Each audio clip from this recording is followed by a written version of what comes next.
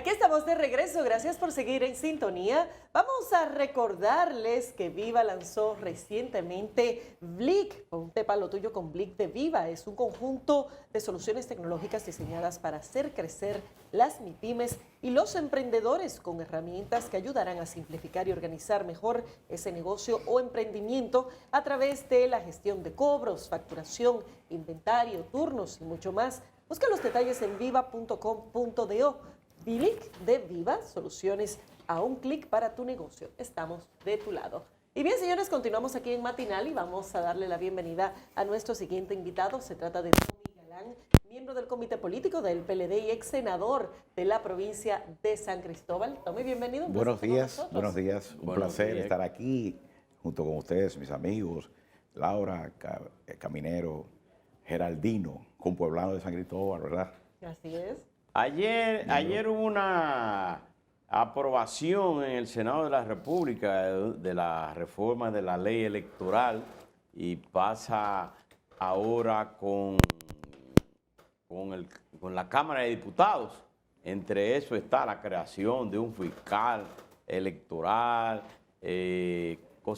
me gustaría conocer, creo que el Partido de la Liberación Dominicana, aunque estuvo ahí presente, pero que no estaba de acuerdo con alguno de esos puntos. Bueno, es un proyecto que por lo menos es claro la importancia que reviste, sobre todo por los plazos, los tiempos. Estamos en un año preelectoral, pero estamos frente a un proceso de primarias que debe celebrarse en octubre de este año y que organiza la Junta Central Electoral. Por lo tanto, en los aspectos fundamentales hay un interés y una intención política de poder subsanar y corregir una serie de aspectos. Hay muchos elementos, pero hay aspectos muy importantes que son determinantes, sobre todo para las garantías de los procesos electorales en el país. Pienso que habrán algunas cosas que podrán plantearse, pero al final representan más una carga, quizás no es, a veces son figuras que al final no resultan ser efectivas para el propósito de lo que se quiere como un mecanismo de control. Sin embargo, hay aspectos que yo pienso que sí, la Junta debe asumir con bastante responsabilidad. Uno de ellos es el aspecto que tiene que ver con el voto automatizado, el voto electrónico o como quiera llamarse o definirse.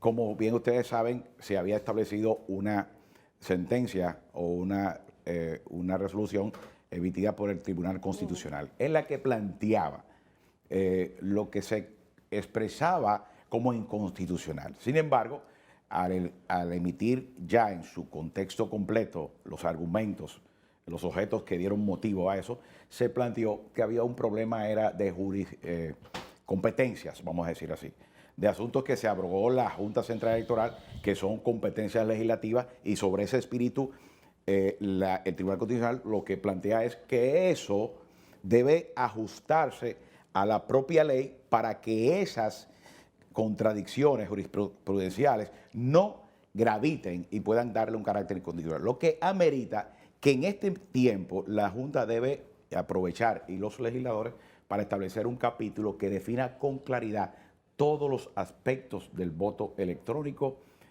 o la parte automatizada del mismo. ¿Por qué? Porque es importante, primero, porque la Junta aún ese aspecto en el contenido y lo que ha anunciado frente a las elecciones que vienen el año próximo es el proceso totalmente manual.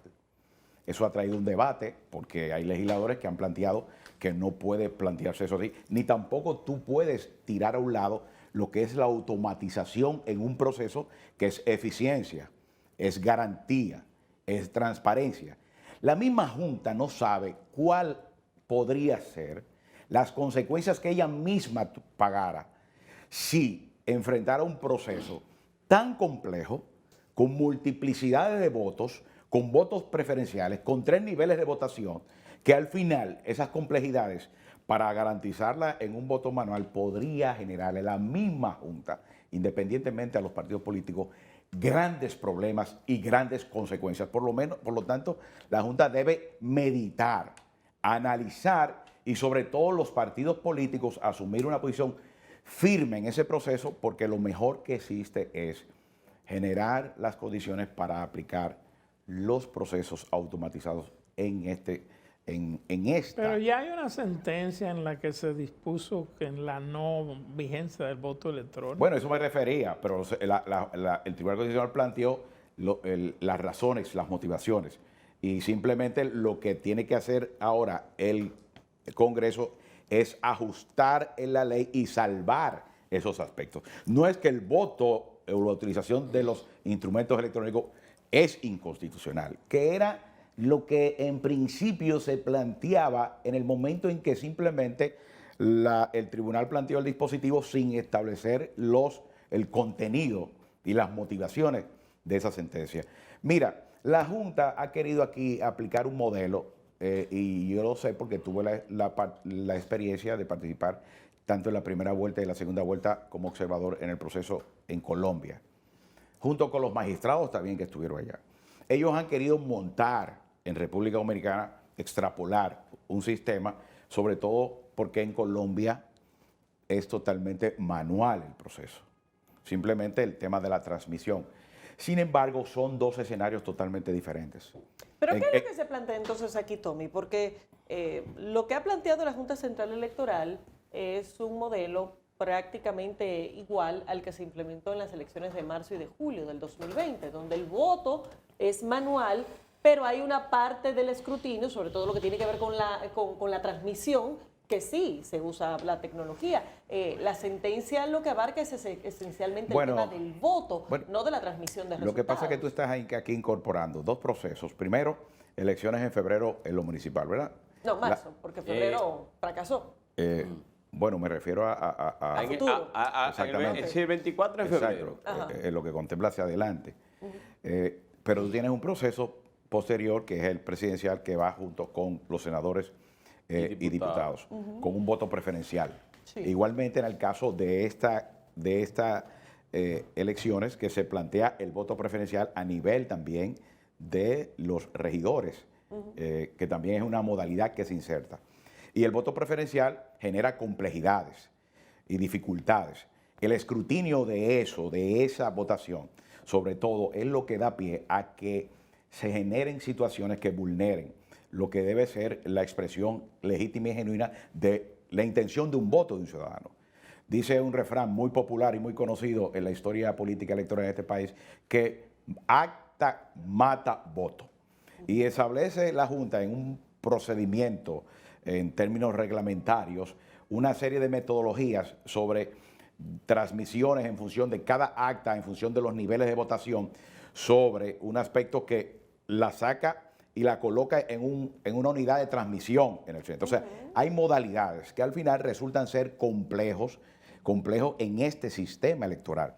Mira, yo le decía siempre, y te lo digo porque mi experiencia en muchas elecciones que tuve que participé, al margen de mi responsabilidad en elecciones en las que asumí la dirección de campaña en la provincia de San Cristóbal, que yo creo que yo me pongo a calcular, son 14 elecciones que yo tengo, que me ha tocado la vida tener, en una en mayor principalía y en otra como actor, asumiendo de que aquí había elecciones cada 2 años. Pero yo le digo a los diputados, a los senadores y en este caso a los regidores, frente a la realidad que hay, que el mejor delegado, el mejor garante que puede tener el sistema electoral es un sistema automatizado que garantice un escrutinio y que no permita que las manos, las componendas, las complicidades que se genera en el llenado de un acta manual puedan vulnerar lo que debe ser el resultado legítimo. Pero es que ya ese experimento también lo hicimos el experimento del escrutinio automatizado y fue un tema que trajo todo tipo de conflictos. Pero yo no le echo la culpa a la automatización. Yo le echo la culpa a quienes organizaron y no observaron y no asumieron todo el rigor, el control y el cuidado y confiaron demasiado, que generaron una situación que colocó a este país contra la pared frente pero ese fue el voto automatizado. Estamos hablando del escrutinio automatizado, que fue en la gestión anterior que se implementó, la gestión de Roberto Rosario, donde los escáneres lo que leían era la boleta precisamente para generar el acta de forma automatizada, y eso trajo también todos los problemas del mundo. Pero dame decirte, Se supone que un proceso, un sistema en una democracia siempre va en función de mejorar, de mejorar. Y las propias experiencias, aun siendo buenas, siempre son importantes mejorarlas. Por lo tanto, la posición de la Junta Central Electoral sobre ese punto ha sido retroceso total. Ha involucionado, ha querido eliminar, ha querido... Porque mágicamente nos va mejor cuando el voto es manual. Porque a veces, posiblemente la Junta, recuerda que cuando pasó el proceso de las elecciones pasadas, ese trauma, al final no había alternativa porque no había manera de que la gente pudiera asimilar lo que era la utilización de los equipos electrónicos. Bien. Porque tenía que, pero no porque eso al final, eso es lo que genera las garantías, porque es muy vulnerable. Mira, estamos hablando de la cultura. Si tú te vas a Colombia, que es lo que ha querido hacer esta Junta Electoral, y traer de la mano aquí, yo pienso que las experiencias siempre son importantes, comparativas, y uno extrae lo mejor, pero siempre adaptada a nuestra realidad. Y aquí hay una cultura, además de un nivel de educación, que muchas veces tú ves las diferencias de un comportamiento en el manejo, en el compromiso, sobre una mesa integrada por 5 ciudadanos, que son llamados a la realidad dominicana. Aquí se han generado muchos traumas. Pero yo pienso que esa parte es la que debe básicamente discutir el Congreso, porque al final son de las prerrogativas de las competencias que tiene el legislador. Hay otros aspectos también que la ley contempla, que yo creo que son de las cosas trascendentes que debe evitarse, y me permite, el voto preferencial. Yo digo, ¿cómo la Junta puede, en una iniciativa que asume, plantear la eliminación del voto preferencial a nivel congresual y, sobre todo, a lo que puede ser la posibilidad también del voto preferencial a nivel de la municipalidad? Porque yo asumo que son conquistas ciudadanas. O sea, la Junta como ente constitucional, como órgano constitucional, no puede pretender quitarle peso, quitarle autoridad, quitarle fuerza al ciudadano frente a su capacidad de elección. Por lo tanto, si realmente el voto electoral ha sido un reto para los partidos políticos, para la Junta Central Electoral, simplemente lo pudiera plantear para eliminarse cargas y problemas y trabajos. Y ese no debe ser el espíritu. Ahí hay que preservar las conquistas ciudadanas. Por lo tanto, el voto preferencial ha sido una conquista. Y la Junta Central Electoral debería replantearse su criterio sobre ese voto preferencial y defenderlo. Sin embargo, te voy a decir que a nivel de los partidos, es muy difícil, es muy difícil que la Junta Central Electoral se pretenda variar eso. No, es igual, los partidos políticos están unificados en ese criterio de que no eliminar el voto preferencial. Por eso te digo, pero te hago la observación porque me resulta contraproducente que sea la propia Junta Central Electoral, como órgano constitucional, que de repente esté pretendiendo quitarle conquistas y facultades, capacidades y autoridades a la propia ciudadanía. Pero simplemente, ¿tú sabes por qué? Porque a veces queremos simplificar el trabajo. Quizás a veces queremos disponer de más tiempo o de trabajo con menos complejidades, porque el voto preferencial es un reto. Por ejemplo, la Junta te plantea el tema, hay otros aspectos que la Junta plantea, por ejemplo, no involucrarse en la organización y en la dirección de las primarias de los partidos, y simplemente apartarse y colocarse como un observador. Pero por Dios, pero podemos decir que eso fue una mala experiencia. Por el contrario, las elecciones que organizó la Junta Central Electoral como primarias, que fue el 6 o el 16 de octubre del 2019, fueron un éxito total en organización, en participación, en resultados, porque no solamente las primarias es para elegir un presidente. En las primarias se eligen a los alcaldes, a los directores de distrito, se eligen a los diputados, senadores, a todo el mundo. Son más de 4.000 de posiciones electivas que debe ser eso. Y eso A fue un propósito éxito. de elecciones, todas ustedes esas- tienen unas elecciones ahora internas No, de todos los diferentes partidos. secretarías. No, no. de secretaría. sí, De sí, sí, secretarías. ¿Cómo es ese asunto? Que ustedes están eligiendo secretarios ahora. No, mira, tú sabes que el PLD después del 2000, que de hecho después de su derrota, mucha gente decía, bueno, ni salvamento, vamos a decir, en el términos de los aseguradores. Un vehículo que quedó totalmente destruido es un salvamento. No. El PLD ha tenido la capacidad de recomponerse, de reconstruirse y de fortalecerse a partir de un proceso de su celebración del Congreso José Joaquín Bidó.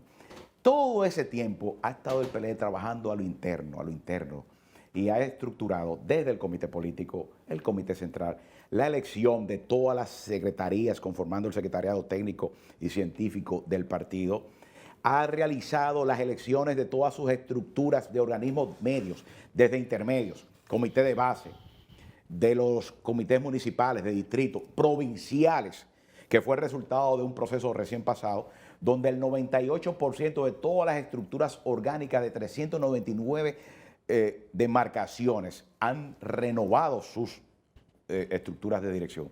Y en el caso particular, hay 5 secretarías que por razones establecidas en el propio Congreso y por el propio Comité Central, dijeron que no podían ser parte de ese proceso en el tiempo y en el plazo que se establecieron, que fue la Secretaría de Organización Electoral, de Tecnología, porque estaban inmersas en el mismo proceso y esas secretarías jugaban un papel. Por lo tanto, tú no podías desarticular secretarías donde están soportando toda esa fase organizacional del partido para en esta etapa ya final elegirse. Esas son las secretarías. Son 5 secretarías que se adhieren 2 más por razones de que sus incumbentes, por una y otra razón, renunciaron del partido y se generaron esas vacantes.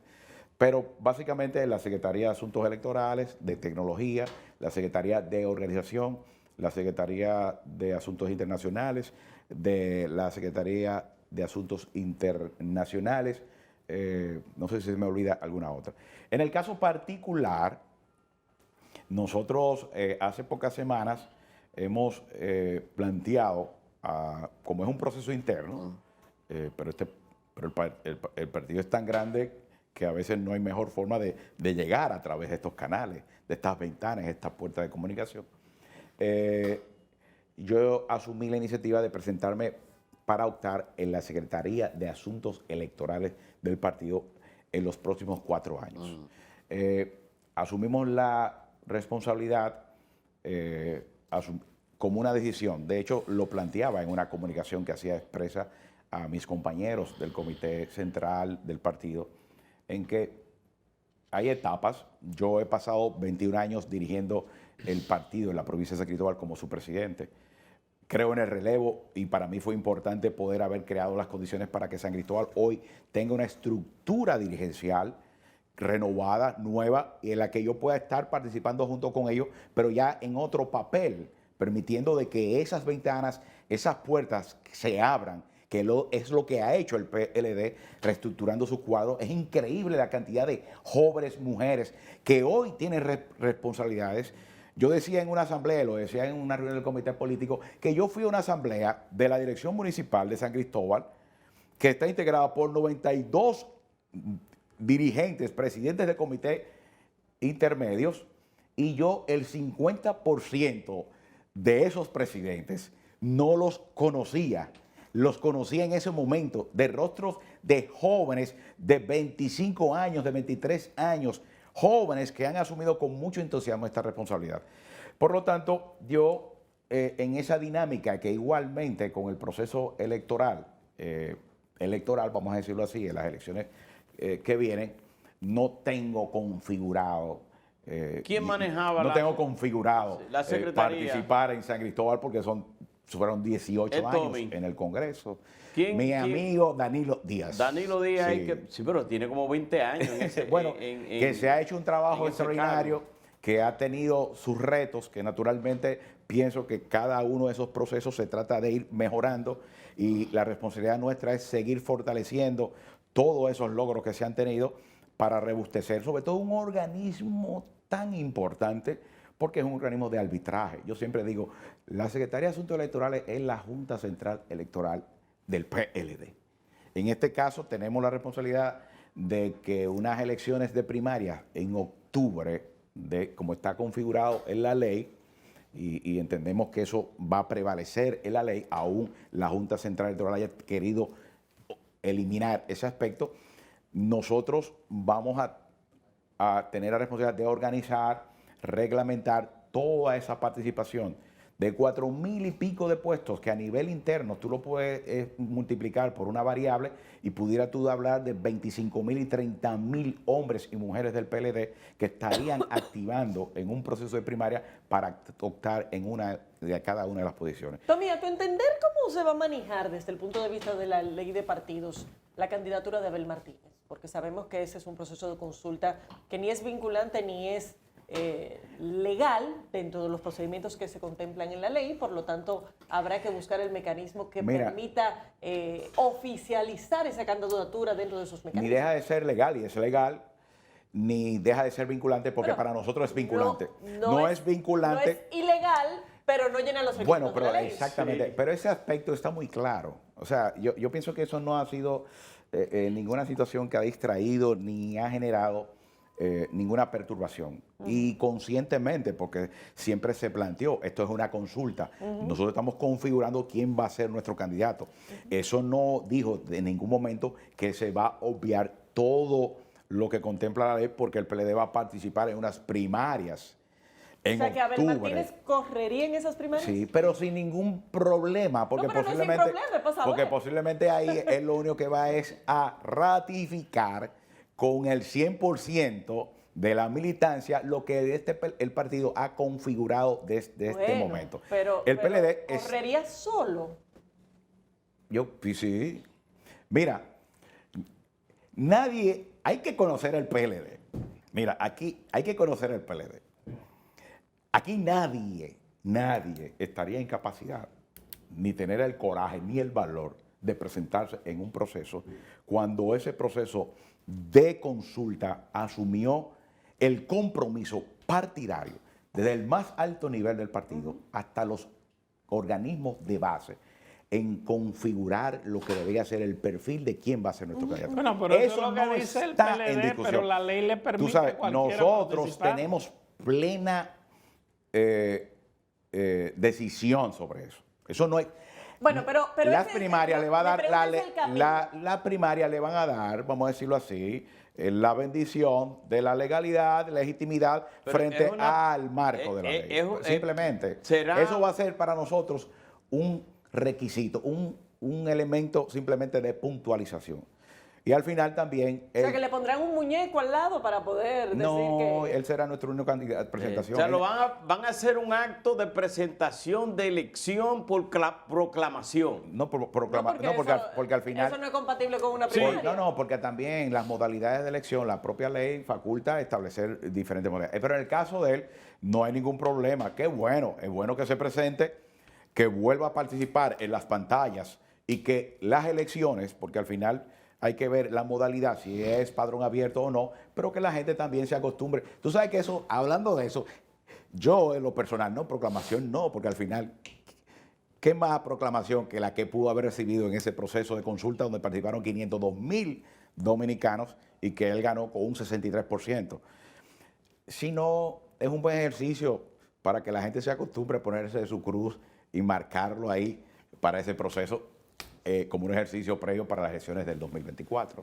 Mira, el voto electrónico que auspicia el PLD, porque he visto, porque no solamente son tus declaraciones aquí, tuvo también Clemontá hace apenas 2 meses y habló del voto preferencial, pero yo creo que de preferencial no, el voto electrónico, pero yo creo que eso para el 2024 no está ni siquiera en la posibilidad de implementarse. Pero la Junta debió asumir y emular el ejemplo del Partido de la Liberación Dominicana en las pasadas consultas que no hay realizó. condiciones. No, porque déjame decirte, el Ni en PLD... equipo, ni en automatización. Nosotros no hay- utilizamos los equipos que nos facilitó la Junta Central Electoral, los que fueron devueltos a total y en total condiciones. Para que tú veas que eso no solamente fue un proceso de votación y de escrutinio. Yo creo que el PLD hizo un proceso tan bonito y dinámico porque nos reencontró. Nosotros depositamos los equipos intactos, los entregamos, pudimos recabar una cantidad, todo prácticamente, solamente una diferencia en unos equipos celulares que regularmente la historia a veces era que se perdía en su mayoría y solamente de 3.000 unidades tú estás hablando de que un 0.001% y todos fueron entregados. Fueron con esos equipos, fueron con el know-how del conocimiento, porque el PLD tuvo con esa consulta el más grande reto. A veces nosotros decimos, a veces la verdad que el PLD es un partido, vamos a decir, atrevido, pero con retos que lo coloca en pruebas, que le permite superar. Todas esas primarias, todo ese proceso de organización que hace la Junta Central Electoral fue lo que le tocó realizar al PLD en estas consultas. Por primera vez el PLD no había tenido una experiencia de refundir 4.400 recintos y llevarlo a 1.732. De refundir 17.000 colegios electorales y llevarlo a 2.749, a los fines de participar en un padrón abierto de 6 millones de dominicanos, organizarlos en todo el territorio nacional, montar los equipos, preparar 1.500 jóvenes como soportes técnicos, tener soportes técnicos ese día que dimos 1.300 consultas que permitieron que una máquina, mira, de 2.749 o 50 centros de votación, solamente en 4 lugares no se pudo realizar y no fue por un tema técnico. A veces situaciones como en Asua, que había una huelga por varios días en una comunidad y estaba en eso y no pudo realizarse. Lo que te estoy dando es datos, qué tan exitoso e importante fue para el PLD. Entonces, la Junta debió emular eso. Mira, yo me encontré con los magistrados de la Junta Central Electoral porque estuvimos en Brasil participando en el proceso de elecciones y yo digo, bueno, pero si fueron a Colombia y vieron esa experiencia, porque fue importante, nutre, fortalece, asumiendo de que debe decirse, en Colombia son listas cerradas.